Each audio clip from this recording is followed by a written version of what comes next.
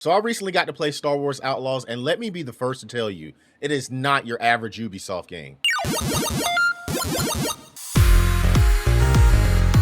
So let's get right into it. First and foremost, thank you Ubisoft for allowing me to play Star Wars Outlaws early. I really appreciate the opportunity. So as I said, I was able to play Star Wars Outlaws for about 4 hours in total. And they pretty much gave me full reign to do anything I wanted in the game. And they allowed me to play from seemingly what was the beginning of the game until about 3 hours in, and then the last hour that I got to play was more than likely somewhere in the middle of the game, but I'm not going to give too many details about that. All in all, for a game that's still in development, my overall experience was chef's kiss, and I'm not even exaggerating. As I said, for a game that's still in development, the gameplay was very smooth, and it was a lot different than your average Ubisoft game. And I know a lot of people are going to be out there saying that all Ubisoft games tend to play the same. Well, let me be the first to tell you, this is not that type of game. The play style is very different. Remember, the game is called Star Wars Outlaws, so you are an outlaw. You are someone who is trying to be an up-and-coming outlaw within the underworld of Star Wars. And the gameplay style and the structure of the game is going to actually attest to that. So first, let's take a look at some of the mission structures in the game. A lot of the times, you'll be looking for jobs from different syndicates, trying to build up your reputation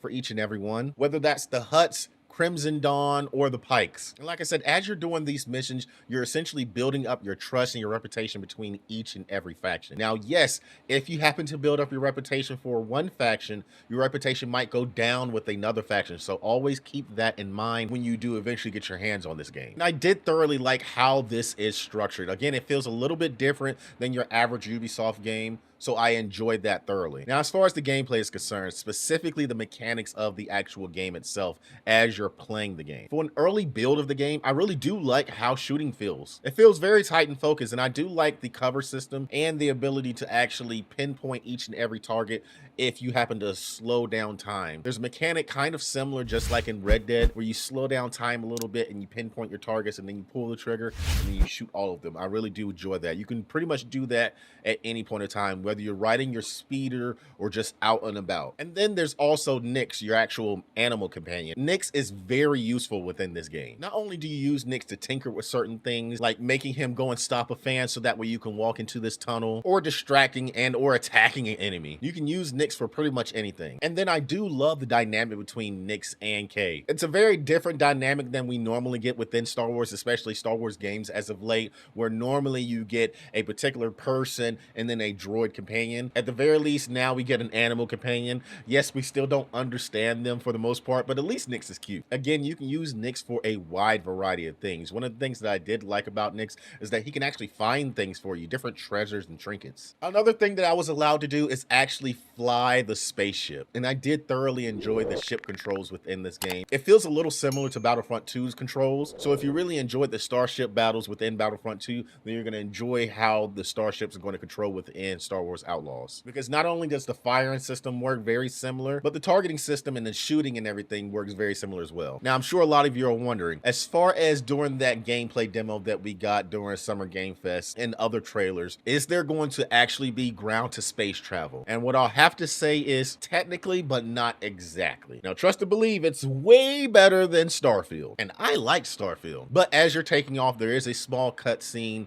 and then as you're actually flying, you get more and more control of the ship as it's flying through the clouds and into space. So you do get to control the ship at that point. As you're coming into a planet, all you do is hover over the marker, click the button to actually land, and then it'll perform a quote-unquote cutscene to actually go into the planet to land. But you're physically seeing everything. It's not a fade to black into a pre-made cutscene or anything. You're actually physically watching your ship fly down to the planet. So again, is it technically ground to space flight or travel? Not really, but again, you do get to control it for the most part. So yes, there are going to be people that are upset about that because, oh, in today's day and age, there's the technology to actually be able to do this because games like No Man's Sky can do it. Why not other games? But you have to think, No Man's Sky doesn't have a lot of other stuff besides just traveling to planets. There's no real story. It's just an open world, and that's it. There's no other real technological things that are holding that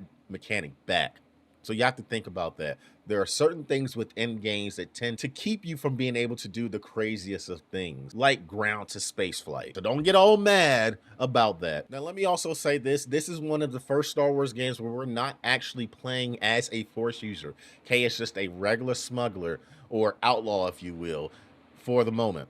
I have no idea if at the end of the story or in Star Wars Outlaws 2 or 3 we'll find out that she's Force sensitive or whatnot. I kind of hope not, but at the moment she's just a regular human. So we have to keep that in mind, especially with the fact that as far as traversal and different things like that, it's kind of similar to Uncharted or whatnot. So if you're familiar with the Uncharted games, the traversal mechanics within that game will be very similar and you'll feel right at home. Other than that, like I said, I thoroughly enjoyed my experience with Star Wars Outlaws, the 4 hours that I was able to play. And I'll definitely have more news and information coming out for you in the future. If you're excited for Star Wars Outlaws, in the comment section, let me know what you're most excited about. Be sure to go ahead and hit that subscribe button and then ring the bell to receive notifications so that way you know every time I happen to upload a video. And if you enjoyed this video, be sure to go ahead and like and share it out to all your friends. Again, thank you Ubisoft for allowing me to play this game. I cannot wait to get my hands on it. And with that being said, y'all, I'll catch y'all in the next video.